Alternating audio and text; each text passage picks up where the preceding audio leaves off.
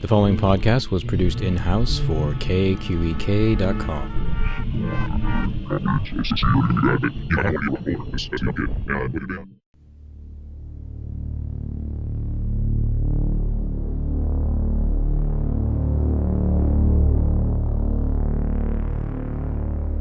Since I last spoke with Nima Fakhrara regarding his inventive electronic score for The Signal, the Iranian-American composer has written further music for additional film, TV, and video game projects, and in our latest conversation, the topics span Nick Simon's The Girl in the Photographs, the last film executive produced by the late Wes Craven, and 1979 Revolution, Black Friday, an interactive video game from Naveed Kansari in which players live through and learn about the 1979 Islamic Revolution in Iran. The soundtracks to both projects are available on CD and digitally from Lakeshore Records. In our conversation, we touch upon some of the organic experimentation that gives The Girl in the Photographs its eerie tenor, and the fusion of Persian and vintage electronic sounds for the 1979 Revolution. Nick and I have been really good friends for a while. I did a movie of his called Removal. That's where we first started working with each other. And Removal was a much smaller scale and a budget that we did together. And we've always kind of messed around with really, really interesting ideas for our score. And one of the things that we did for Removal was that I wrote a piece of music that was pretty much 8 minutes of just starting with one chord and then bending for about 3-4 minutes all the way down to a much lower notes. That was the whole entire score, and that was a thematic idea. There's a lot of Bernard Herrmann involved in Removal as well. Very, very, very old school horror. And he wrote a movie called The Pyramid with Gregory Levassier and Alex Aja, where I worked with him on that film. And then this movie came along a while back when he was starting to actually start writing it. And with him, I've always been involved through the writing process. So when this kind of came about, we started kind of messing around with ideas of music and everything, even through the script process. I guess the progress of the score itself is kind of interesting because it starts off with a very simple theme and then it just kind of sort of evaporates. To me, the way I kind of interpret the score, it's like you're standing at the far end of a tunnel. And then what you're kind of hearing are sort of these little snippets that are just sort of echoing and reverberating down the tunnel. And all you hear is the little vestiges that come towards you. It's sort of, they're very abstract, and sometimes you can kind of make out what the material is. But it's kind of fascinating the way that it was done. And I wondered if there was a lot of early experimentation, and did you have to create any instruments for any parts of the score? With this score, it was very much of a horror. I mean, we kind of tried to stay with it as a horror slash thriller, more or less a thriller, and then there's a love story in there. So what I wanted to do was to actually stay true to the nature of the film, and also do everything that you hear is an actually organic instrument. Everything is manipulated in a way that it actually sounds like that. The thematic idea that you hear at the beginning of the score is basically Colleen's theme, and that's very much of a lullaby of some sort with a little bit of a twist to it. And then the tunnel feeling that you're feeling is actually what I tried to do was to create a more or less a feeling that a killer is always in a corner and he or she or it is trying to get you at any point. However, they're not physically there. They're just kind of taking your mind and messing with you at the same time.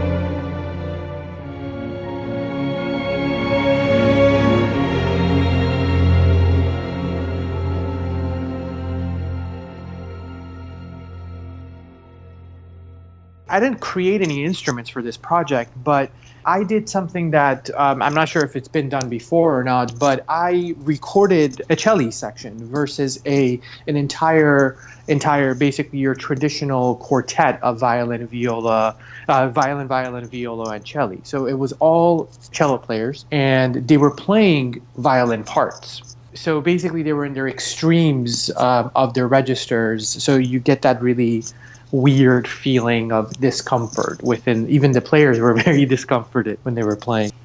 Again, it has a really interesting progression, but there Sure. is a section of it where Yeah. it kind of sounds like it's like it has a lot of wow and flutter in a way. It's like you're listening Sure. to an old analog tape, and every so often there's a bit of instability that happens. So I guess that's reflected in the extremes that you were describing. I recorded everything on my studio, and because of the time frame, we didn't have too much time to kind of mess around with the sound, and everything was ran through an analog tape that I purchased a long time ago. So you have this. You all of a sudden get this tape effect that is just like the tape slows down slightly, and we cherished it. We were like, this is awesome, let's keep it the way it is. And as you've probably seen on most of my scores, I strive for imperfections. If you hear a voice, if you hear something in there, and if the players mess up, I'll keep it in the score because it just adds that character and that interesting kind of tonality or that unsettled feeling that you feel. Absolutely. For the end credits of the score, Sure. it's kind of a similar process, I guess, where it's not quite a detuned piano, but there's something just slightly off from it. And the fact that it Sure. repeats over and over again is really eerie. Thanks. It's funny you say that. I found a piano that was being sold in a church. And it's an upright piano. We brought it into the studio, and basically we just threw it onto the back of a truck, and it was brought into the studio. And this piano is such an interesting piano. It's an upright piano. Some of the keys work, some of the keys don't work. We never tuned it.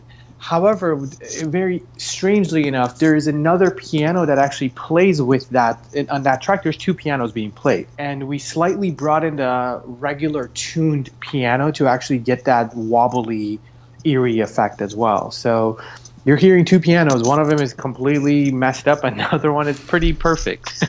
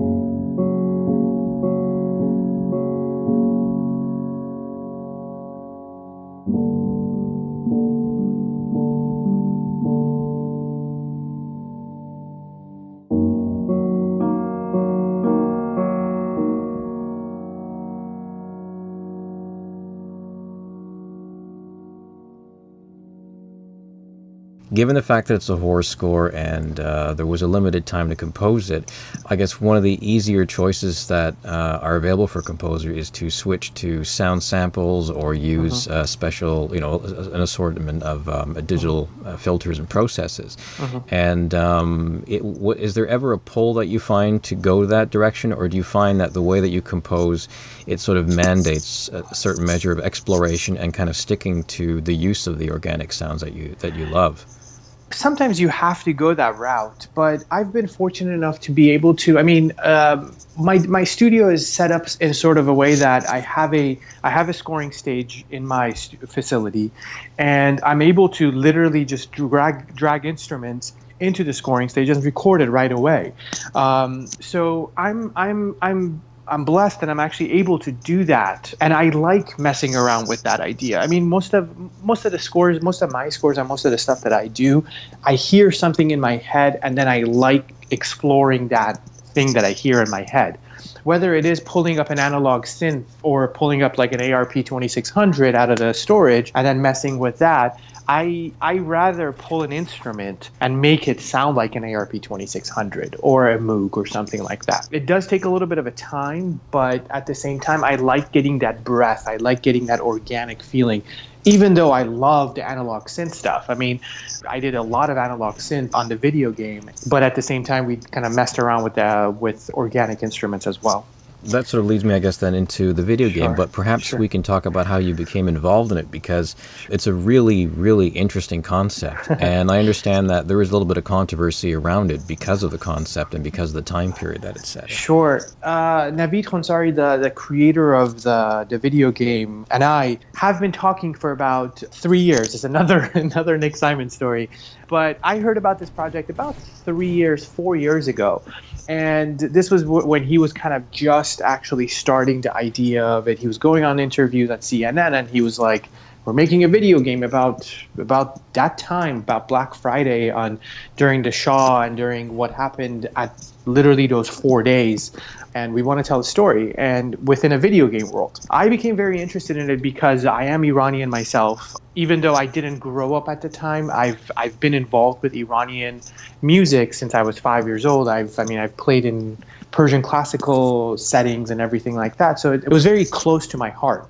And I've never done a project in that sort. And I thought personally that I was going to do a very, very, very Persian-driven, Persian classical music sort of score. But that completely turned upside on its head. But then I got involved and we started writing music, and then we all knew that there was going to be controversy around it. I mean, you're telling a story that is very, very political in its sense. There's multiple parties involved, there's multiple stories involved, and there's multiple, I guess, political agendas involved. So once the video game came out, it got banned in Iran, even though we were invited to go to Iran and actually do a conference. So there's a whole other story behind that. But then it got banned, and that's where we're at right now with the project. From what I understand, it is an interactive game, and there are moments in the game where I guess the player has the option to sort of pause and investigate the historical background, which I think is fascinating. Pretty much everything that you see in the video game, it's absolutely accurate. There is speeches of the time that you're hearing. There are photographs that basically Naveed went through tons and tons and tons of archival footage and archival documents, and those are inside the video game, and they work very, very well.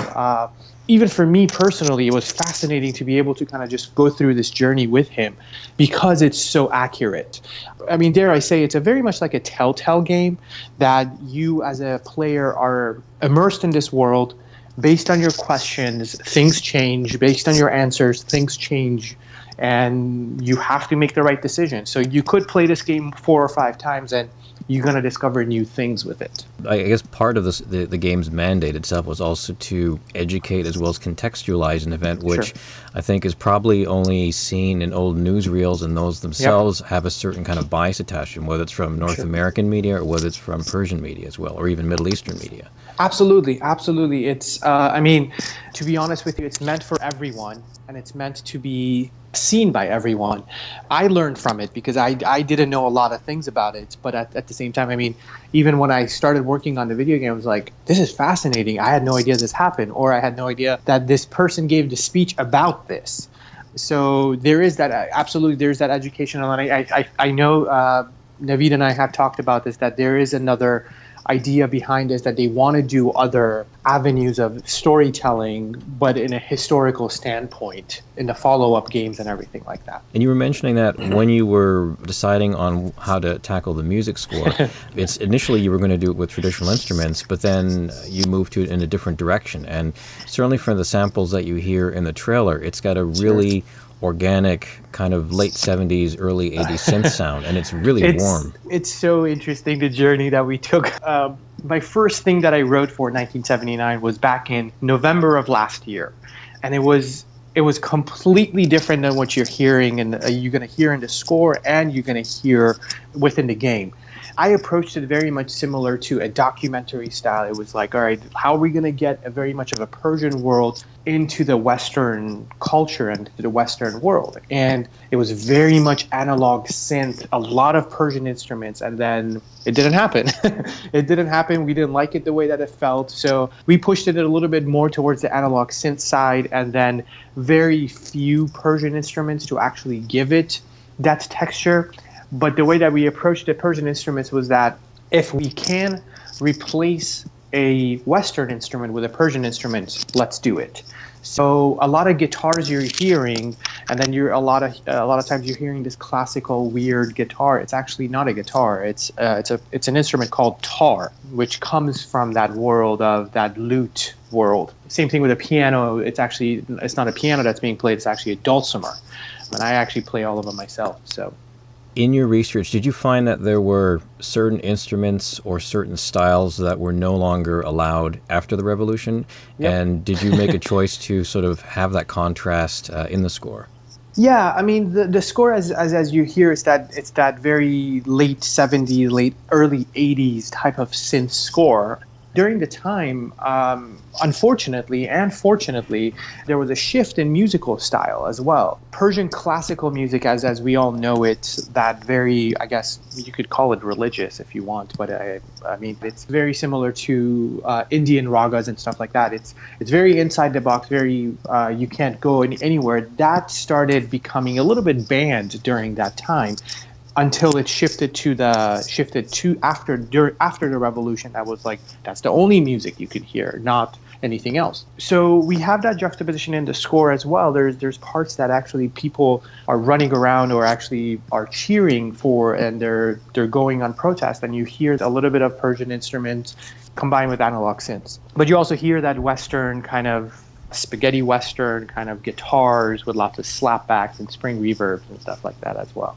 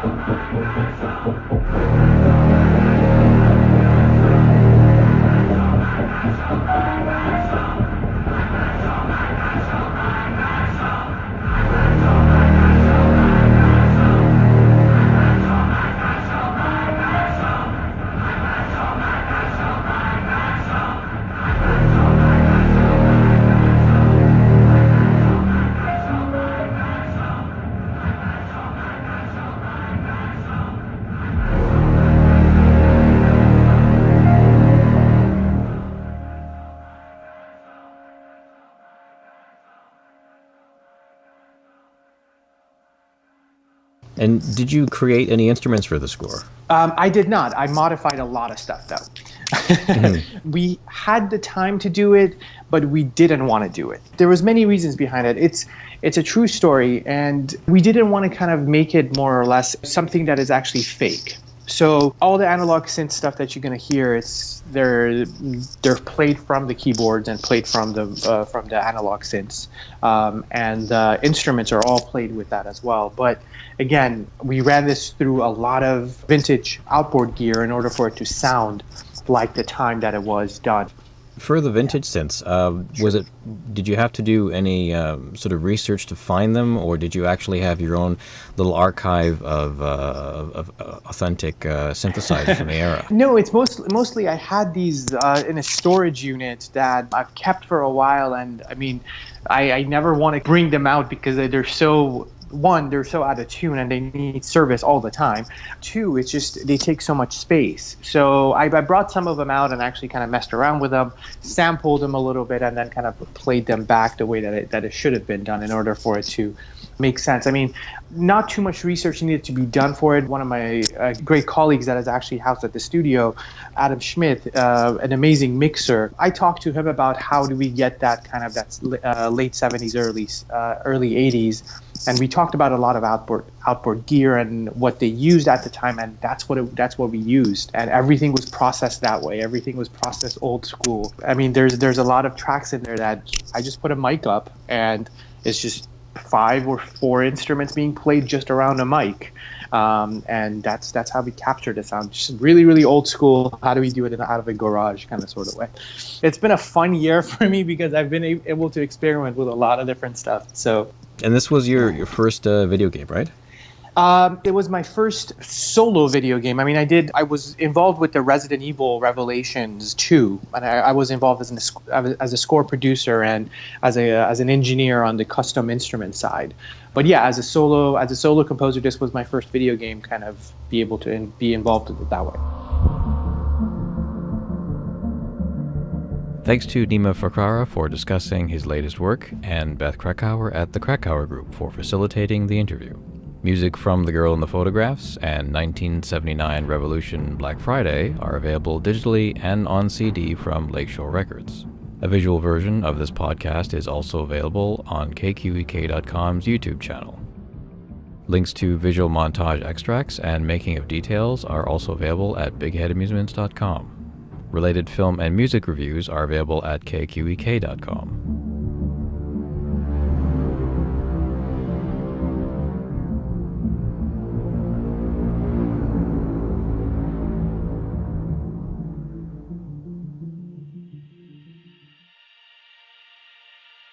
If you like this podcast, please visit KQEK.com's Facebook page and follow our Twitter feed at mondomark_KQEK. All podcasts are available via Libsyn, iTunes, and YouTube.